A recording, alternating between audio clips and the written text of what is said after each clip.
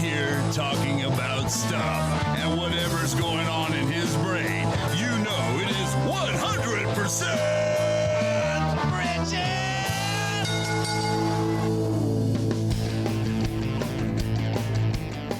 All right, here I am. It's me talking about something. So I do got some stuff to say today, but before we get started, I want to remind you, go to, if you're watching on YouTube, to click the like button, click the subscribe button, click the little bell, and that way you get all the information you need. Oh, that just sounded pretty funny. I don't know. So today I'm going to be talking about some stuff like I usually do, and so here we go. I've already got the giggles. That's all right. If you can giggle the first thing in the morning, you're probably doing better than I am. I struggled a little bit. It's last night trying to sleep, and I struggled because I was thinking today is the anniversary of 9/11. 19 years it's been since that day hit and those buildings fell, and that historical moment that we are supposed to never forget. And I was sitting in my bed and I was thinking to myself, and I said, yes, because I know who I am. And all right. So let me get all this out of there. And so I'm thinking about this thing and having a memory of that. I woke up in the morning. I was working for a large company and I had to drive out of town. And I woke up that morning and was watching the news more or less for traffic, because I usually take the 91 freeway to work. And when I was where I was working at, and here's this incident happening on TV, and I'm like, what is going on here? At first I thought I was like watching this very strange sci-fi film or something to that nature. I was like, man, they're shooting planes into the somebody blew up the Twin Towers, and I was like, wow, this is, and then I realized it was actually news, and I was like, wow, this is, and that it was live. I'm like, this is actually happening right now. And I was like, wow, this is, I didn't know what to think about it. I was like, man, I'm watching this happen. And one of the first things that ran through my mind is, how many people talked about Kennedy's assassinations to this day and how it shocked their lives. And it kind of shocked me. It shocked my life, and, it shocked my wife's life. And I had to drive to work that day, and got to work, and the people that actually showed up to go to work that day were in this like super big-eyed amazement of what was actually happening in the world. And over the next couple of weeks, what I found was one of the most amazing things is that I'm driving down the freeway, and there's just American flags everywhere. They're everywhere, on cars, on buildings, on everything. And it was this amazing sight to see, because America, the USA, came together as a whole because of this thing that happened. And it really kind of made me go, wow, this is the America I remember being in when I was a little kid, where you didn't see, riots and stuff happened. Those kinds of things happened, but they weren't so televised and in your face like they are right now, to where it actually caused a division. There was actually United States of America. And it made me think this morning, early this morning, before I even did this, and it made me think that, for years we've been saying, don't forget, don't ever forget. And it was really a wonderful thing to wake up this morning and see the flood of Twin Tower pictures online today. And from people that are like, yeah, I will never forget this incident. I will never forget when somebody else attacked American soil. And I posted this on Facebook. It says, in case you have forgotten, this was a time where the USA came together as a whole united nation. Houses of worship were increasing in numbers, with new believers and prayer warriors praying for our nation. And that's one of the coolest things. You got to think, man, this thing just happened. And when the church growth comes because of an incident or because of a tragedy, that's not the way to grow a church, but the first thing people thought of was, I got to go to church. I got to pray for my country. I got to go and get right with God. That's kind of a funny statement when you think about it, because fear took people into a really interesting direction. Like, I got to go get right with God. people didn't care about your political affiliation. They didn't care if you were Republican. They didn't care if you were independent. They didn't care if you were Democrat. None of that mattered. People actually came together. House and Senate came together. They passed bills to get people money for the lives lost that were actually in the buildings and things like that. The political agenda was much smaller then, and I thought that's an interesting thought. Nobody cared what color you were. Nobody cared what religion you were. Nobody cared where you came from. It was just, let's help America. Let's help the United States. They had concerts. Country singers wrote songs about it. It was an amazing time. And when you look back and see this uniting of our country and the resurgence of patriotism and those kinds of things started to come forward, and people started to remember what America was about. And it wasn't about borders. It wasn't about issues. It was just about people being people and loving other people and helping other people out and seeing growth reoccur, rebuilding of buildings. Those kinds of things just came about. And I thought that was one of the greatest times in our nation in my lifetime, because you actually saw that happening and nobody was turning it into something bad. The media said it was good. Look at what's happening in the United States. People are coming together. It was this awesome thing.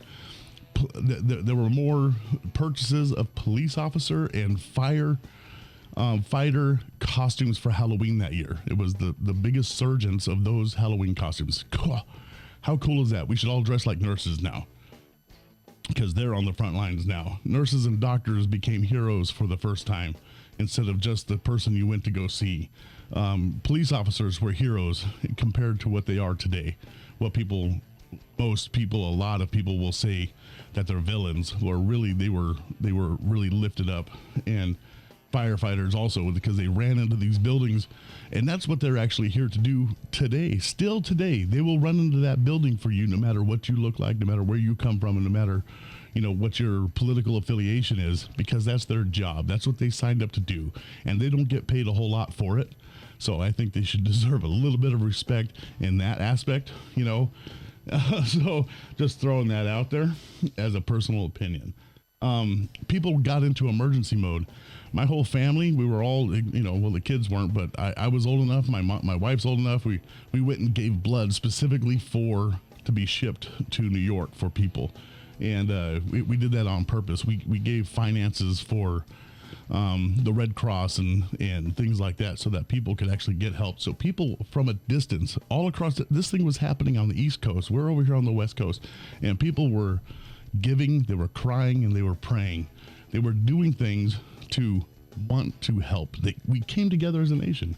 And that's the America that I love. I couldn't do this podcast in any other country because I'm a believer, and I would get in trouble for it. And I'm pretty sure that at some point, the way things are going right now, I will probably, my Facebook will probably come down, or they'll have some kind of thing. I'll say something that somebody won't like, and they'll remove my freedom of speech because of whatever reason, and that's really, compared to where we are today, compared to where we were just 19 years ago, in a surgence of patriotism and a surgence of church and a surgence of love and a surgence of freedom. And really, sometimes I think we don't realize how free we really are in comparison to other countries and other places to be. Like I said, I couldn't do this podcast. A friend of mine just wrote a book, and he's getting ready to publish his book. His name is Michael Lewis, and his book is about identity. It's called True Worth. I'm hopefully going to have him on the podcast when that's released, so you'll get to know all about that. And just the freedom to be able to write that book, a Christian book by a Christian author, and publish it, where there's countries that you can't do that in. So really, where are we at? And what's the availability of knowing who God is, and what keeps us from being united? Really other people telling us what to do and us listening to it. That's all it is. That's what keeps us from being united as a country, is we hear somebody on TV, they tell us how to feel, and then we react to that, and that's how we begin to feel. Well, really, what do you feel? Where are you at? What are the things that are going on in your life? Are you making money? I mean, if I were a millionaire, I would probably give most of my money away because that's just how I am, but that doesn't mean that the government should give my money away on purpose, because one of the reasons that people come to this United States is to find the American dream. That's one of the things that America has done. I know we're messed up. I know we've made mistakes in our history. I know we have all these things. But the reality is people come here so that they can grow who they are. They will leave their country, become United States citizens, and build businesses and do the things that they couldn't do in the country they were in. That's why we come here. My understanding is that my grandpa came here with like $20 in his pocket from Denmark. And I don't know why, but I have this weird image in my head of him walking on the beach in a pair of shorts. I don't know why I think this. It's probably not true, but him walking, on the beach with $20 in his pocket, and then eventually started a hardware store, did this, and grew who he was because he came from somewhere else. I wouldn't be here if my grandpa didn't show up from Denmark. I wouldn't be here if, neither would 90% of who's still in the United States today wouldn't be here if it wasn't for somebody from the outside doing it the correct way and becoming a U.S. citizen and going forward with and being proud of the America that they live in. My dad worked construction, and he was in the military for 20 years. He fought in Vietnam. Come on, and that was a war that nobody liked. Nobody wanted anything to do with it. When the Vietnam vets came back, they were hated. Nobody liked them. But the reality is we were free to not like them. It was a war that we didn't need to be in, or whatever the situation was at the time. I didn't actually live through it. I was alive, but I didn't live through it where I remember everything. So I could just imagine, somebody that joins the military, not because they're broke or they can't find a job, but somebody joins the military because they're a patriot. I want to go fight for my country. And I want to fight for the freedoms that the United States has and go to another foreign land to fight that war, to be a part of that war, or to be a part of the military. Even during peacetime, you still have to go to the other bases and be deployed in those areas. So you have to stop and go, these people have a mindset. And they go out there and they do this, and then they come back and then they're hated for it. I'm like, and that's my freedom. I can hate that person if I want to. I don't. I love the military. I thank you. I have so many people that I've met in my life that have gone through the military and have been to Iraq and have been to the wars that are going on, currently. Back in the early 90s when Desert Storm, I had a friend of mine call me and go, "Hey man, I gotta go," because he was in the Navy and he was deployed to go be one of the boats out on the shore. And I was like, man, I didn't do it personally because, well, they wouldn't allow me to. I wanted to actually, but I had issues with, some underlying medical issues, so I was unable to actually do that. But in my heart's eye, man, thank you for letting me do this. Thank you for letting me get married. Thank you for putting those freedoms in my hands that I can speak the way I want to speak and do the things that I want to do. Thank you for being out there. Thank you for holding that gun for me and for the rest of this United States. Thank you for being out there doing that. Thank you, police officers, for doing your job.